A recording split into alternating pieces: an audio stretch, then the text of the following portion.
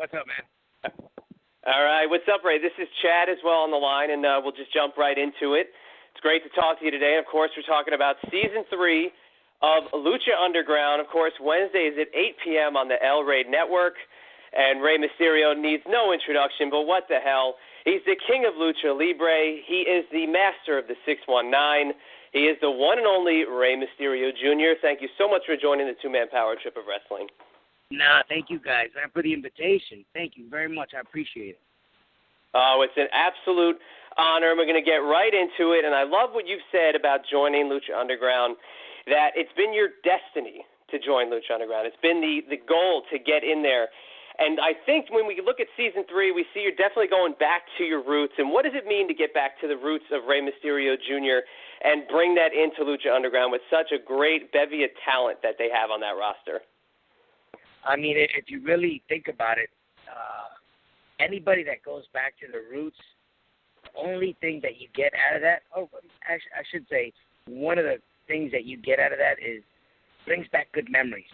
It brings back smiles. It brings back, man, I remember, so that only puts me back in the early days of my career, and it just makes me want to keep going. So it's only positive thinking, positive vibes, going out there and having some good matches. The only thing I haven't done yet, and my son told me to do this, is go back to my old wrestling attire, which I am really thinking about doing. Your old wrestling attire, I mean, your current wrestling attire, anything you usually wear is usually really awesome, very cool in its look, but I think as an old school fan, we definitely love that first Rey Mysterio persona or the look that we saw 20-plus years ago when you hit ECW in 1995 on the American scene. But you think about ECW, you think about that arena, and I can only think of the Temple being somewhat on par with the ECW arena. Talk about the energy that the Temple brings to the vibe of Lucha Underground.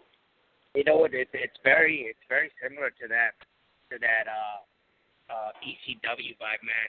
And I don't mention this as much like I should, but I'm very thankful with Paul Heyman and with Conan for introducing me to Paul Heyman and for bringing me on board into ECW, and for Paul for giving us the opportunity. And then along all the boys that were part of that roster back then, like the Shane Douglases and the Tommy Dreamers, and even Stone Cold Steve Austin was back there. Just that good energy. But the Temple at Lucha Underground is very similar to the vibe in ECW.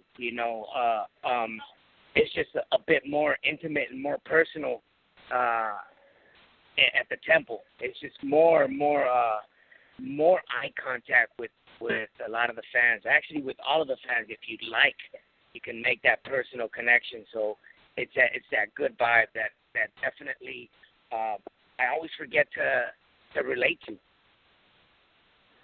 You're one of the greatest wrestlers of all time, possibly the top luchador of all time, and it's funny.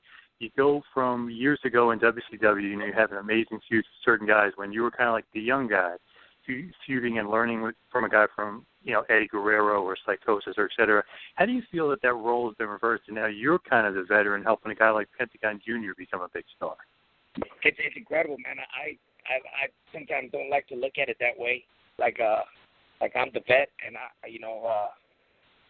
I tend to give advice or help the young cats out, but it's in a way they pay so much respect to what I've done that I actually have to tell them, don't call me sir, don't make me feel old. Guys backstage, just call me by my name, either Ray or by my name, but don't make me feel old, guys. Come on. And that's just a courtesy of respect there, But I gotta admire that.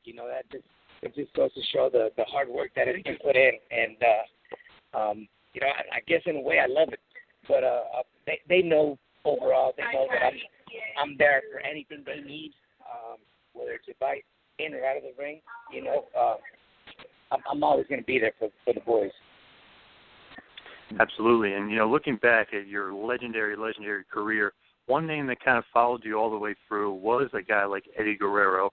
WCW, you guys did some of the greatest matches of all time, and then the awesome feud in the WWE. You just talk about your relationship and feud, and then, tag team, everything else, your whole, career kind of going along with Eddie Guerrero. Well, with Eddie, it was such an incredible vibe, man. Such a good, honest relationship, connection, brother-like, mentor-like connection that we had. That honestly, there will never be anybody in this lifetime that